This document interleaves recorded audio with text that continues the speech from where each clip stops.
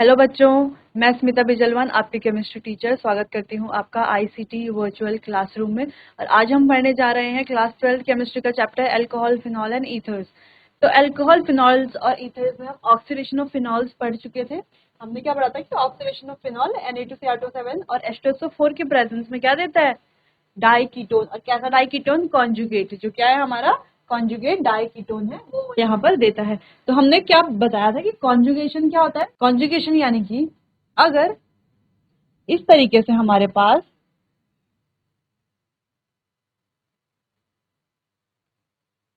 कोई कार्बन की चेन है, ठीक है, तो यहाँ पर double single double single double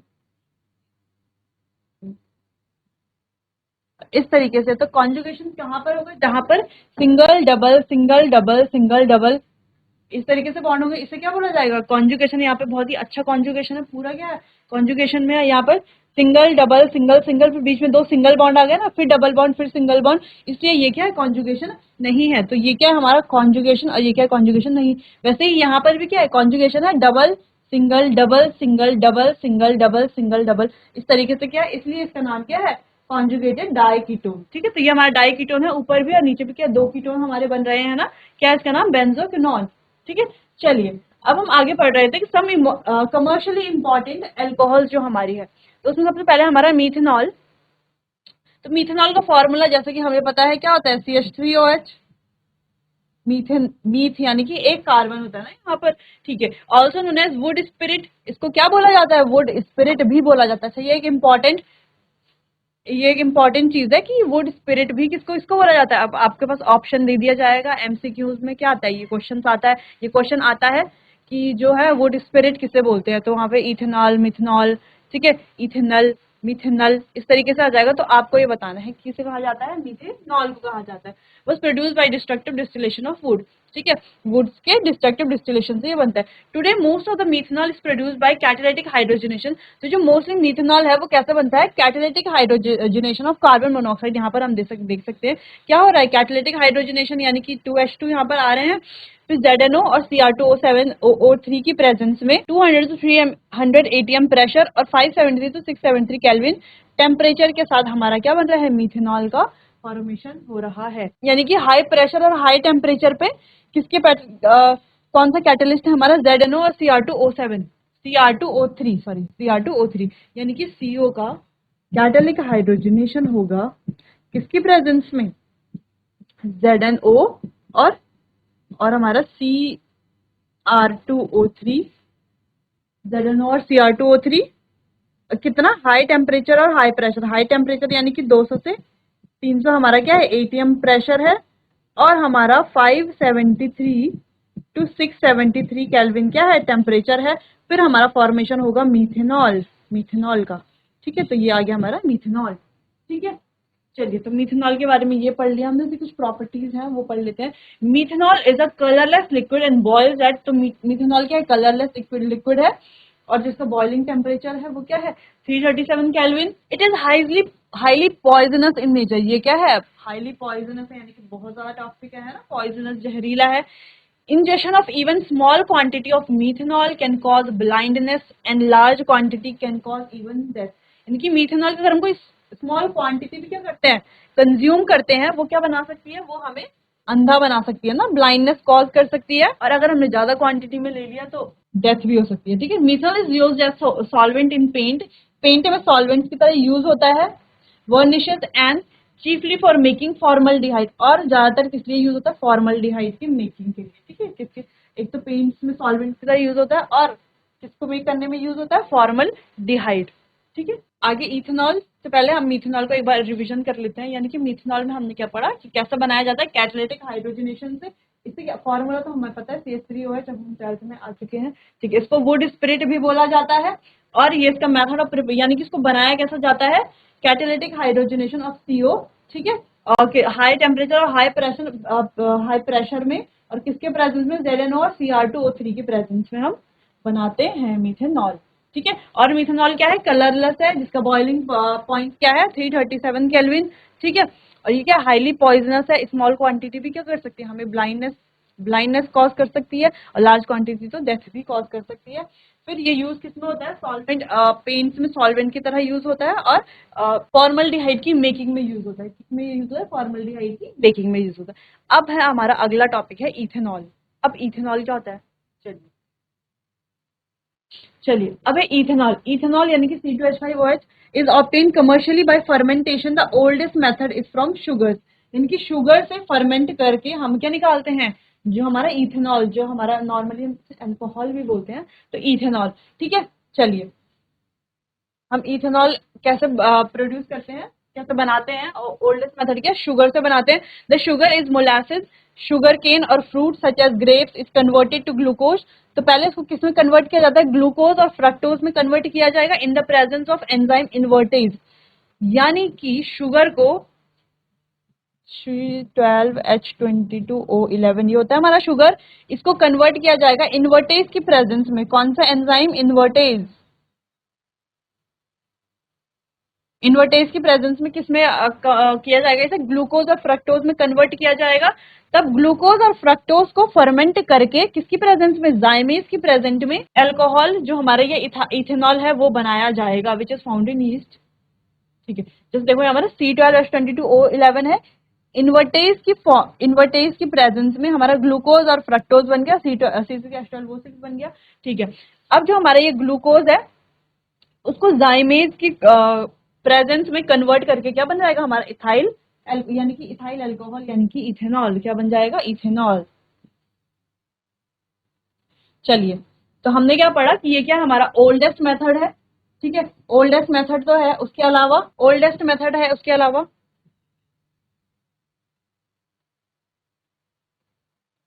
ठीक है, तो यह हमने क्या पढ़ा कि जो इथेनॉल है उसको बनाने के लिए हम पुराना मेथड यूज करते हैं, जिसमें हम शुगर से उसको बनाते हैं।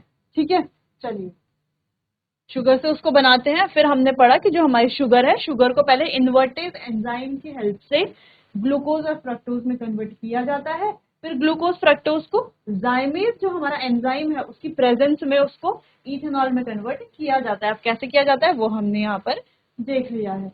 ठीक है, चलिए इतना आपको समझ आ गया कि जो हमारी दो कमर्शियली इंपॉर्टेंट क्या है, अल्कोहल है यानी कि इथेनॉल, और मिथेनॉल है, वो कैसे बनती हैं। चलिए, और उनकी कुछ प्रॉपर्टीज भी हमने पढ़ ली है। मिथेनॉल की पढ़ ली है, अब इथेनॉल की पढ़ते हैं। तो ये भी कलरलेस लिक्विड है, जिसका बॉइलिंग पॉइंट है 351 K। It is use as solvent in paint industry and in the preparation of number of carbon compound. ये भी सॉल्वेंट की तरह यूज होता है, और नंबर ऑफ कार्बन कंपाउंड्स को बनाने में मदद करता है। ठीक है, यूज होता है। The commercial alcohol is made unfit for drinking in it some copper sulfate to give it to a color, and pyridine, a false smelling, is known as it is known as denaturation of alcohol। तो यहाँ पर alcohol का denaturation किया जाता है। ठीक है, nowadays large quantity of ethanol are obtained by hydration of ethene. ठीक है, आजकल क्या हो रही है, इथेनॉल को हम बना सक रहे हैं कैसे, हाइड्रेशन ऑफ इथीन का हाइड्रेशन करके। कैसे बना रहे हैं, इथीन का हाइड्रेशन करके। चलिए चलिए, the commercial alcohol is made unfit for drinking by making it some copper, by mixing it with some copper। जो कमर्शियल अल्कोहल है उसको अनफिट बनाने के लिए उसमें क्या कर देते हैं, कॉपर डालते हैं। नहीं, डीनेचुरेशन यानी कि जो अल्कोहल है उसको अनफिट बनाना ड्रिंकिंग के लिए, ताकि उसको लोग क्या कर सके, अपने उसके लिए यूज ना कर पाए। ठीक है, और आजकल तो हम क्या बोला जा रहा है यहाँ पे कि large quantities of ethanol are obtain by hydration of ethene, यानी कि इथीन के हाइड्रेशन से। इथीन,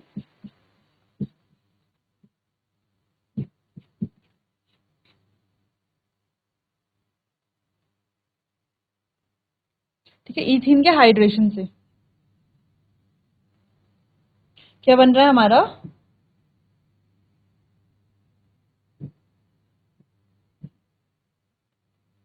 ठीक है, इथीन के हाइड्रेशन से क्या बन रहा है हमारा, इथेनॉल बन रहा है। चलिए, तो आप ये जो इंपॉर्टेंट सी कुछ प्रॉपर्टीज हैं, ये जो पॉइंट्स हैं, इनको आप नोट कर सकते हैं। चलिए चलिए आगे देखते हैं प्रिपरेशन ऑफ ईथर्स। अब हमारा आता है नया टॉपिक, वो है प्रिपरेशन ऑफ ईथर्स। तो ईथर्स के प्रिपरेशन, ईथर किसे बोला जाएगा, ये हमारे क्या है, ईथर्स है। ठीक है, चलिए by dehydration of alcohol, alcohol के डिहाइड्रेशन से। Alcohol undergo dehydration in the presence of protic acids, यानी कि H2SO4 या H3PO4 के प्रेजेंस में। ठीक है। The formation of the reaction product alkene और ether depend on the reaction condition. ठीक है, जो प्रोडक्ट जो हमारा फॉर्म होगा वो एल्कीन फॉर्म होगा या ईथर फॉर्म होगा, ये रिएक्शन की कंडीशन पे डिपेंड करता है। डिपेंड कैसे करता है? सबसे इंपॉर्टेंट होता है यहाँ पर टेम्परेचर। ठीक है, सबसे इंपॉर्टेंट क्या होता है? टेम्परेचर। अगर हम टेम्परेचर कितना देंगे, अगर हम टेम्परेचर कम है हमारा, अगर हम टेम्परेचर देते 413 केल्विन, तो हमारा इथॉक्सी इथेन फॉर्म होगा, तब हमारा ईथर फॉर्म हो रहा है। अगर हम टेम्परेचर दे रहे हैं 443 केल्विन, ठीक है, 443 केल्विन दे रहे हैं, तो हमारा इथेन मॉलिक्यूल क्या होगा? फॉर्म होगा। तो यानी कि हमें टेम्परेचर यहाँ पे ध्यान रखना है। जब हम ईथर्स का प्रिपरेशन करेंगे तो टेम्परेचर पे क्या करना है? हमें ध्यान देना है, क्योंकि अगर टेम्परेचर चेंज तो प्रोडक्ट भी चेंज हो जाएगा।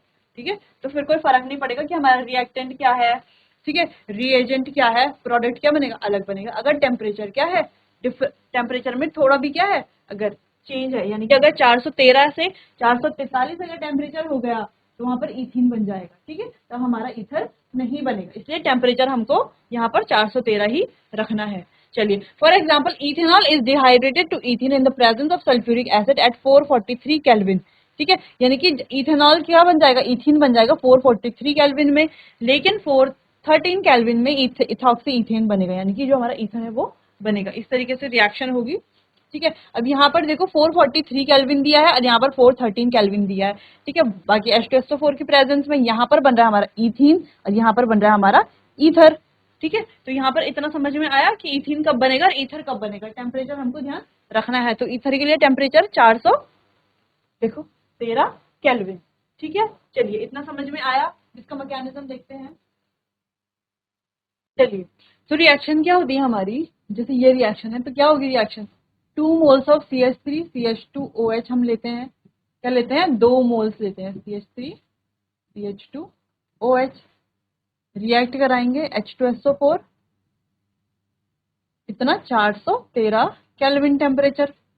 ठीक है, तो क्या बनेगा हमारा? देखो यहाँ पे से ये H2O है ना, बाहर हो जाता है, यानी कि माइनस H2O होकर के हमारा रिएक्शन क्या बनता है? CH3 CH2O CH3 CH2, ये बनता है हमारा ईथर। इस तरीके से बनता है, ये बनता है हमारा ईथर। इतना समझ में। अब मैकेनिज्म में क्या हुआ, मैकेनिज्म देखते हैं।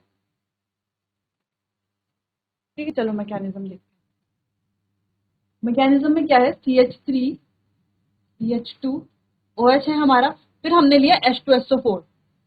क्या लिया? H2SO4। H2SO4 से क्या निकला हमारा? H पॉजिटिव है ना, H पॉजिटिव, HSO4 नेगेटिव। तो H पॉजिटिव कहाँ अटैक करेगा? ऑक्सीजन पर अटैक करेगा। इसके पास क्या है? Lone pairs. ऑक्सीजन के पास क्या है? लोन पेयर्स है ना। तो ये हमारा जो हाइड्रोजन है, ये इसके पास तो कुछ है ही नहीं इलेक्ट्रॉन, है ना। तो ये कहाँ पर जाएगा? वहीं पर तो जाएगा जहां पर इसको इलेक्ट्रॉन रिच दिखेगा, है ना, जहां पर बहुत सारे इलेक्ट्रॉन इसको दिखेंगे, तो यहाँ पर जाएगा, ये अटैक करेगा, यहाँ पर जाएगा, तो हमारा प्रोडक्ट कुछ ऐसा बनेगा। आगे हमारा कुछ O H तो इसके साथ है ही, और एक और H आ गया जो हमारा अभी H आया। अगर एक और H आया तो यहाँ पॉजिटिव चार्ज आया। क्यों? क्योंकि ऑक्सीजन ने अपने वैलेंस शेल के इलेक्ट्रॉन दिए और हाइड्रोजन से कोऑर्डिनेट बॉन्ड बनाया तो अपने वैलेंस शेल के इलेक्ट्रॉन दिए हैं। ठीक है, चलिए इतना आगे। अच्छा, इसको ना हम प्रोटोनेटेड अल्कोहल भी बोलते हैं। किसको? ये क्या हमारा प्रोटोनेटेड अल्कोहल है ना, प्रोटोनेटेड अल्कोहल भी इसको हम बोलते हैं। चलिए, अब यहाँ पर आ गया हमारा जो दूसरा था, 2 मोल लिए थे ना हमने, इसके 2 मोल से, तो CH3 CH2OH यहाँ पर आ गया। अब ये कहाँ से अटैक करेगा? अब ये जो है, देखो यहाँ पर हो रहा है SN2 मैकेनिज्म, है ना, SN2 reaction mechanism. SN2 mechanism में क्या होता है कि कोई कार्बोकैटायन तो फॉर्म नहीं होता है, दूसरा मॉलिक्यूल कहाँ से जो है अटैक करता है? बैक साइड से, है ना, बैक साइड से अटैक करता है। ठीक है, इतना तो हमें याद है ना, SN2 मैकेनिज्म हम पढ़ चुके हैं पहले, तो हमें याद है कि क्या करेगा वो, जो ये SN2 है, ये जो हमारा क्या है, ये हमारा पीछे की तरफ से इसके साथ क्या करेगा? अटैक करेगा। तो किस तरीके से प्रोडक्ट बनाएगा देखो। अब देखो, इतना हमें पता है कि ये यहाँ पर पहले से है, जब तक ये है तब तक तो ये आएगा नहीं, तो ये क्या होगा? ये भी क्या होगा? यहाँ से निकलने की कोशिश करेगा। क्या करेगा? ये भी यहाँ से निकलने की कोशिश करेगा और ये भी यहाँ से धीरे धीरे यहाँ पर अटैक करेगा। ठीक है, यानी कि ये बॉन्ड ब्रेक हो रहा होगा और ये बॉन्ड फॉर्म करेगा, है ना, यानी कि ये वाला बॉन्ड ब्रेक हो रहा होगा, बॉन्ड ब्रेक हो रहा होगा, यहाँ से ये इसके साथ बॉन्ड क्या कर रहा होगा, फॉर्म कर रहा होगा। तो यहाँ पर बॉन्ड ब्रेकिंग और बॉन्ड फॉर्मेशन क्या हो रहा है, एक साथ हो रहा है। तो जब बॉन्ड ब्रेकिंग और बॉन्ड बॉन्ड फॉर्मेशन एक साथ होता है तो उससे क्या बोला जाता है, वही हमारे क्या होता है, SN2 मैकेनिज्म होता है, बिल्कुल होता है। चलिए, तो यहाँ पर ये कुछ बनेगा इस तरीके से,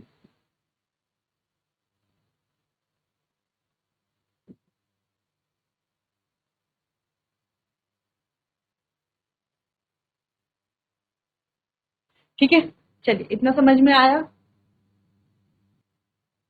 चलिए, अब ये अपने इलेक्ट्रॉन यहाँ पर दे करके H पॉजिटिव बन करके निकलेगा बाहर। किसके साथ निकलेगा, H पॉजिटिव, HSO4 नेगेटिव के साथ जाएगा ना, तो क्या बनेगा फिर हमारा H2SO4 बनेगा। बनेगा कि नहीं बनेगा, क्या बनेगा यहाँ पर H2SO4, साथ में जो हमारा क्या मेन प्रोडक्ट जो हमारा क्या है, ईथर है, CH3 CH2O CH3 CH2, क्या बन गया हमारा, ईथर बन गया।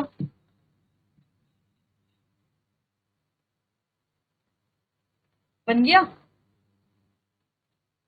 क्या, ये हमारा ईथर, यानी कि एथ ऑक्सी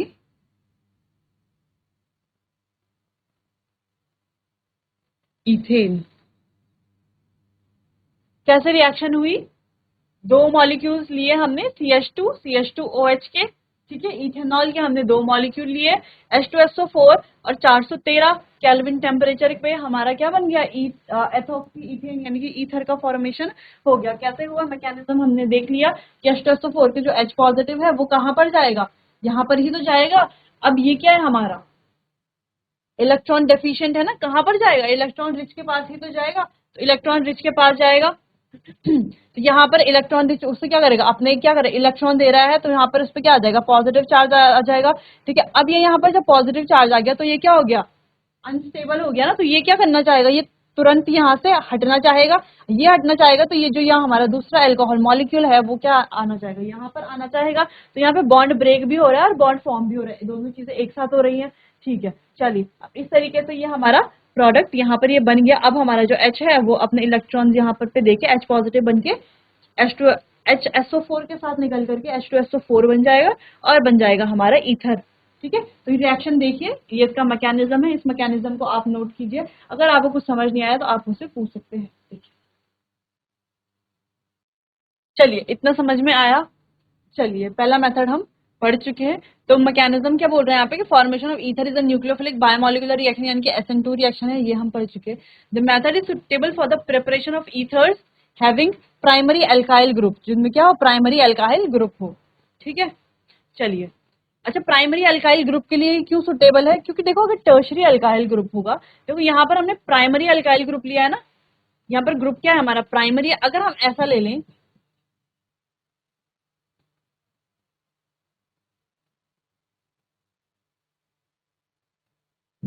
OH, तो दूसरा जो मॉलिक्यूल होगा वो अटैक कहाँ से करेगा, पीछे से अटैक करना होता है ना उसको, है ना, बैक साइड से अटैक करता है, यहाँ से अटैक कर, क्योंकि यहाँ पर क्या होगा, बहुत ज्यादा हिंड्रेंस होगा, है ना, और बहुत ज्यादा क्या होगा, हिंड्रेंस होगा।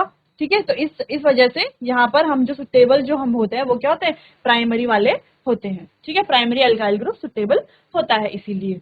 ठीक है, क्योंकि अगर हम क्या करेंगे, ज्यादा बल्कि ग्रुप ले लेंगे तो वहां पर क्या हो जाएगा, स्टेरिक हिंड्रेंस हो जाएगी, वो अटैक कर ही नहीं पाएगा, वहां पर जगह ही नहीं मिलेगी उसको जाने के लिए। ठीक है, चलिए, the alkyl group should be unhindered and temperature भी केप्ट लो। तो अनहिंडर्ड होना चाहिए, अनहिंडर्ड वही कि क्या होना चाहिए, एल्काइल ग्रुप प्राइमरी हो तो ज्यादा बेटर है। ठीक है, और टेम्परेचर क्या होना चाहिए, लो होना चाहिए, हमें पता है 413 केल्विन हमें टेम्परेचर चाहिए। Otherwise the reaction favours the formation of alkene.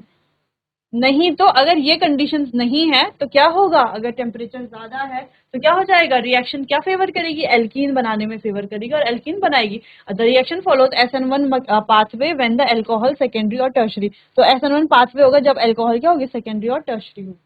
ठीक है, चलिए, अभी हम क्या, इसलिए हम क्या लेते हैं यहाँ पर, प्राइमरी ही लेते हैं। तो मैकेनिज्म इन्होंने भी यहाँ पर किया, मैकेनिज्म हमने भी पीछे किया है, तो आप दोनों में से जो मैकेनिज्म आपको सुटेबल लगे आप वो पढ़ सकते हैं। यहाँ पर भी सेम मैकेनिज्म है। ठीक है, चलिए, अब अगला मेथड है हमारा ईथर्स को प्रिपेयर करने का, वो है हमारा फेमस विलियमसन सिंथेसिस। क्या है, विलियमसन सिंथेसिस। और ये आपको याद रखना है क्योंकि ये एग्जाम में पूछे जाते हैं कि कोल्बे रिएक्शन में आप लिखिए, ठीक है, रिएक्शन लिखिए, उसके बारे में ब्रीफ लिखिए, ठीक है, राइमर टीमन रिएक्शन के बारे में आप लिखिए, विलियमसन सिंथेसिस के बारे में आप लिखिए, ठीक है। चलिए, it is an important laboratory method for the preparation of symmetrical and unsymmetrical ethers. तो ये इंपॉर्टेंट मेथड है दोनों के लिए, सिमेट्रिकल ईथर्स के लिए भी और अनसिमेट्रिकल ईथर्स के लिए भी, ठीक है। सिमेट्रिकल ईथर यानी कि सबको पता है ना सिमेट्रिकल ईथर, अनसिमेट्रिकल ईथर यानी कि,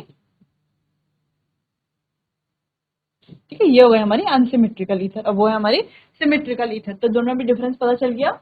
चलिए, in this method an alkyl halide is allowed to react with sodium alkoxide. तो एल्काइल हैलाइड सोडियम एल्कोक्साइड के साथ रिएक्ट करेगा। Ether containing substituted alkyl group may be prepared by this method. तो ether जिसमें substituted alkyl group होगा, primary और secondary और tertiary, वो इस मेथड से प्रिपेयर होगा। The reaction involve SN2 attack on an alkoxide ion and primary alkyl halide.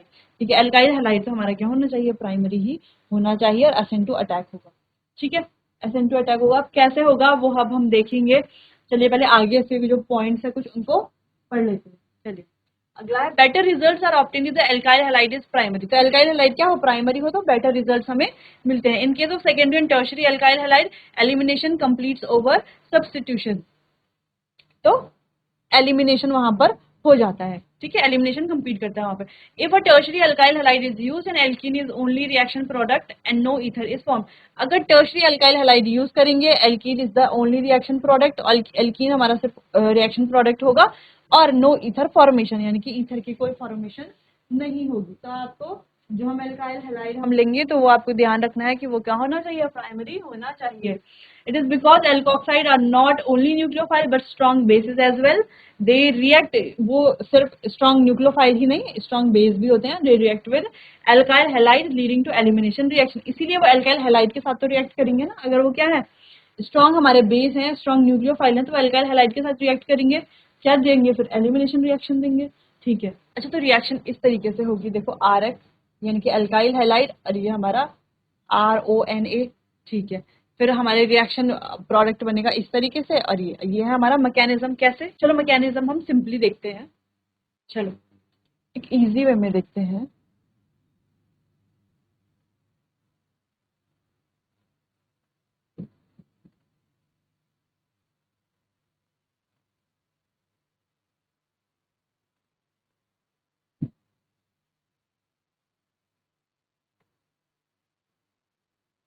इस तरीके से ये बनेगा